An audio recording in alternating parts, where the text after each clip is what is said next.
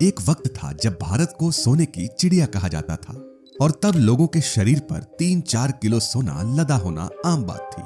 स्वर्ण मुद्राएं चलती थीं और लोग सोने का मुकुट पहनते थे। मंदिरों में टनों सोना रखा रहता था। सोने के रथ बनाए जाते थे और प्राचीन राजा महाराजा सोने के गहनों से लदे रहते थे। और हो भी क्यों ना, हमारा भारत था ही इतना समृद्ध। भारत पर 800 साल तक मुगलों और 200 साल तक अंग्रेजों ने राज किया और अपार संपत्ति लूटकर विदेशों में ले गए। इसके बाद भी हमारी मातृभूमि पर ऐसे बहुत से खजाने हैं जिनका आज तक कोई पता नहीं लगा पाया है, क्योंकि उस समय कई राजा महाराजा खजानों के लिए विशेष रूप से तहखानों की व्यवस्था कराते थे, जिनकी जानकारी सिर्फ राज परिवारों को ही होती थी। हेलो दोस्तों, हमारे चैनल फैक्ट प्लैनेट में आपका स्वागत है। चलिए जानते हैं भारत के कुछ ऐसे खजानों के बारे में जो हमेशा से ही चर्चा में रहे हैं पर मिले कभी नहीं। तो आगे बढ़ने से पहले आपसे गुजारिश है कि आप इस वीडियो के लास्ट तक मेरे साथ बने रहें। तो चलिए शुरू करते हैं।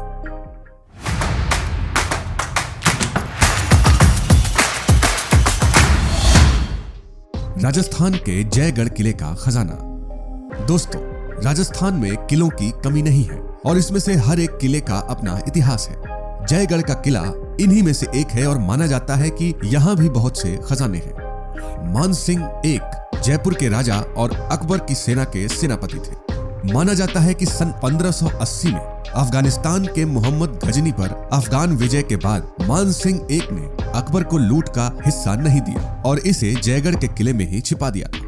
ये भी कहा जाता है कि मानसिंह द्वितीय ने अपने काल में जयगढ़ के खजाने के एक बड़े हिस्से को मोती डूंगरी में रख दिया था, पर पूर्व प्रधानमंत्री इंदिरा गांधी ने आपातकाल के दौरान इस खजाने की खोज का आदेश भी दिया था और खजाने के लिए इस किले को पूरी तरह खुदवा डाला था। पर 5 महीने तक चली खुदाई के बाद भी महज 230 किलो चांदी और चांदी का सामान ही मिला था। कुछ लोगों का यह भी कहना है कि जयगढ़ के किले से करोड़ों का खजाना निकाला गया था, लेकिन जनता को भ्रम में डालकर वो सारा खजाना दबा दिया गया। जो कुछ भी हो, पर इंदिरा गांधी से जयपुर की महारानी गायत्री देवी की इसी कारण नहीं बनती थी। हालांकि इस बारे में कोई पुख्ता जानकारी नहीं है। आज भी इस किले का खजाना किले में ही कहीं दबा हुआ है।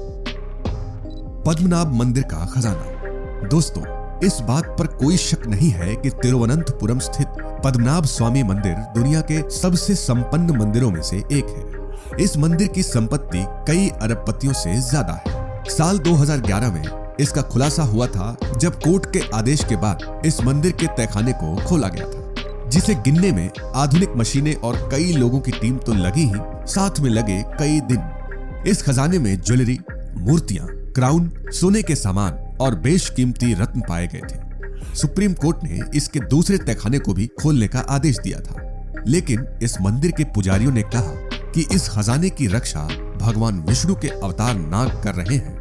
इसे खोलने पर भारी तबाही आ सकती है, क्योंकि मंदिर प्रशासन और भक्तजनों को किसी अनहोनी घटना और अशुभ होने का डर था, इसलिए कुछ जगह अभी भी बंद है। ये अपार खजाना त्रावणकोर के महाराजा का बताया जाता है। ये खजाना लुप्त तो नहीं है, पर कभी पाया भी नहीं जा सका। ग्रॉसवेनर जहाज का खजाना। मद्रास। दोस्तों, ग्रॉसवेनर ब्रिटिश इंडिया का सबसे बड़ा और अमीर जहाज था, और बता दूं कि ये अमीर हमारे भारत की संपत्ति लूट के ही था। साल 1782 4 अगस्त को ये जहाज मद्रास से बेशकीमती हीरे, 26 लाख सोने के सिक्के, कई मूर्तियां, बेशकीमती पन्ना, मणिक और 14,000 सोने की सीलियां लेके चेन्नई से इंग्लैंड के लिए श्रीलंका के रास्ते रवाना हुआ था, लेकिन दक्षिण अफ्रीका के केप टाउन से 700 मील दूर समंदर में डूब गया, और उसके साथ ही भारत का खजाना भी। दोस्तों, आप इस खजाने का अंदाजा तो लगा ही चुके होंगे। इतना सोना और चांदी होने के बावजूद भी इसमें सिर्फ सोने और जेवरात से भरे हुए 19 संदूक भी थे। कहा जाता है कि वो खजाना आज भी समुद्र के अंदर पड़ा हुआ है। इस खजाने को ढूंढने की बहुत कोशिश की गई, लेकिन आज तक इसका कोई अता पता नहीं चला कि ये समुद्र के किस हिस्से में पड़ा हुआ है। पर इस जहाज के मलबे और खजाने का कुछ भाग मिला था, लेकिन आज तक पूरे खजाने की खोज अबूझ पहेली बनी हुई है। नादिर शाह का खजाना। दोस्तों, साल 1739 में फारसी आक्रमणकारी नादिर शाह ने 50,000 सैनिकों के साथ भारत पर आक्रमण किया। उसने दिल्ली में खूब लूटपाट की थी कहते हैं कि लूटे गए खजाने में मयूर तख्त और कोहिनूर के साथ ही लाखों की संख्या में सोने के सिक्के और जवाहरात भी थे जो वो अपने साथ ले गया था। माना जाता है कि ये खजाना इतना बड़ा था कि वो पूरे खजाने पर नजर नहीं रख सकता था और न ही इतने सारे खजाने को उस जमाने में एक साथ ले जा सकता था। इसलिए उसके सिपह सलारों ने इस खजाने का एक हिस्सा हिंदू कुश पर्वत की किसी गुफा में छिपा दिया था, जो आज तक नहीं मिला है। कुछ लोग ये भी कहते हैं कि लौटते वक्त उसी के सैनिकों ने उसे मौत के घाट उतार दिया था और उसके मरने के बाद ये खजाना अहमद शाह दुर्रानी ने अपने कब्जे में ले लिया। पर कुछ समय बाद उसकी भी किसी बीमारी के कारण मौत हो गई, लेकिन मरने से पहले वो दिल्ली का खजाना कहीं छुपा के मरा, जिसका आज तक किसी को कोई पता नहीं है। हालांकि खजाने में शामिल पीकॉक थ्रोन नामक रत्न जड़ित सिंहासन अब ईरान में है। कृष्णा नदी का खजाना। दोस्तों, आंध्र प्रदेश के गुंटूर की कृष्णा नदी को दुनिया के सबसे कीमती और मशहूर कोहिनूर हीरे के लिए जाना जाता है। हिंदू इस नदी को पवित्र मानते हैं। माना जाता है कि ये चौथी सबसे बड़ी नदी हीरे की खान है। ये नदी आंध्र प्रदेश से बहती है और 4 राज्यों के लिए पानी का सबसे बड़ा स्रोत है। एक दौर में ये नदी दुनिया भर में हीरे की प्रमुख सोर्स थी। आप इसका अंदाजा इस बात से लगा सकते हैं कि पहले दुनिया के हर 10 में 7 हीरे इस नदी से आते थे।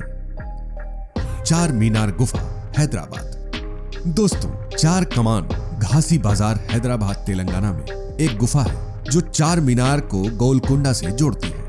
यह गुफा सुल्तान मोहम्मद गोरी कुतुब शाह ने बनवाई थी ताकि अंग्रेजों के आक्रमण के समय राज परिवार को सुरक्षित बाहर निकाला जा सके। कहते हैं कि इस गुफा के किसी चैम्बर में उनकी सम्मति दबी हुई है, पर वो आज तक किसी को नहीं मिली। मीर उस्मान अली का खजाना। दोस्तों, हैदराबाद के अंतिम निजाम मीर उस्मान अली को फोर्ब्स मैगजीन ने 210.8 अरब डॉलर की संपत्ति रखने के साथ ही दुनिया का 5वां सबसे अमीर व्यक्ति बताया था। साल 1937 में टाइम मैगजीन ने उन्हें दुनिया का सबसे अमीर व्यक्ति करार दिया था। आपको ये जानकर हैरानी होगी कि साल 1911 में मीर उस्मान जब हैदराबाद के निजाम बने तो उस वक्त उनके पिता की भव्य जीवन शैली की वजह से सारा खजाना खाली हो गया था। लेकिन उन्होंने राज में अपनी संपत्ति खूब बढ़ाई और फिर दुनिया के सबसे अमीर व्यक्तियों में से एक बने। मीर उस्मान अली खान हैदराबाद में किंग कोठी पैलेस में रहते थे, जो उन्होंने अपने रहने के लिए बहुत समय पहले बनवाया था। माना जाता है कि वो अपना सारा खजाना, सारी दौलत उसी के नीचे अंडरग्राउंड कमरे में रखते थे। जब साल 1933 में हैदराबाद भारत का हिस्सा बना तो भारत सरकार ने उनका कुछ खजाना हासिल किया, पर बाकी का आज तक पता नहीं चला। आपको ये जानकर हैरानी होगी कि उनका खजाना इतना बड़ा था कि आज के समय में उसकी कीमत करीब 33 बिलियन डॉलर बताई जाती है। माना जाता है कि मीर उस्मान अली ने अपनी पूरी संपत्ति हैदराबाद की किंग कोठी के अंडरग्राउंड कमरे में छुपाई थी। उनके खजाने में बेशकीमती हीरे, जवाहरात, रूबी, नीलम जैसे बहुमूल्य रत्न थे, पर उनकी मौत के साथ खजाने का राज भी दफन हो गया। सोन भंडार गुफा। दोस्तों, सोनभद्र की गुफाएं बिहार राज्य के एक छोटे से शहर राजगीर की वैभरगिरी पहाड़ी की तलहटी में है और इन गुफाओं को सोन भंडार गुफा के नाम से भी जाना जाता है, क्योंकि कहा जाता है कि इन गुफाओं में बहुत ही ज्यादा खजाना छुपाया हुआ है जिसे आज तक कोई नहीं खोज पाया। यहीं पर भगवान बुद्ध ने मगध के सम्राट बिंबिसार को धर्म का उपदेश दिया था। ऐसा माना जाता है कि इस गुफा का खजाना एक 10.4 गुणा 5.2 मीटर की मजबूत कोठरी में कैद है, जिसका रास्ता शायद किसी को पता नहीं। इस गुफा में 2 कमरे बने हुए हैं। ये दोनों कमरे पत्थर की एक चट्टान से बंद हैं। माना जाता है कि पहले कमरा सुरक्षा कर्मियों का कमरा था और दूसरे कमरे में माना जाता है कि इसमें सम्राट बिंबिसार का खजाना था। कुछ लोग ये भी कहते हैं कि ये खजाना जरासंध का था। कहा जाता है कि अगर आप गुफा पर उकेरी गई लिपि को समझ सकते हैं तो आप इस खजाने के गुप्त द्वार को खोल सकेंगे, पर वो किसी को आज तक समझ नहीं आई। आपको ये जानकर हैरानी होगी कि तमिल भाषा की एक कविता और कथा सरित सागर में इसका जिक्र है, जिसके मुताबिक नंद की 99 करोड़ स्वर्ण मुद्राओं का उसने गंगा नदी की तली में एक चट्टान खुदवाकर गाड़ दिया था। तो दोस्तों, आज के लिए बस इतना ही। उम्मीद है आपको इस वीडियो से बहुत सारी नई चीजों के बारे में पता चला होगा। अगर हाँ तो कमेंट करके जरूर बताइए। ऐसे ही इंटरेस्टिंग वीडियोस देखते रहने के लिए हमारे चैनल को लाइक, शेयर, सब्सक्राइब जरूर कीजिए। वीडियो को लास्ट तक देखने के लिए आप सबका बहुत बहुत शुक्रिया।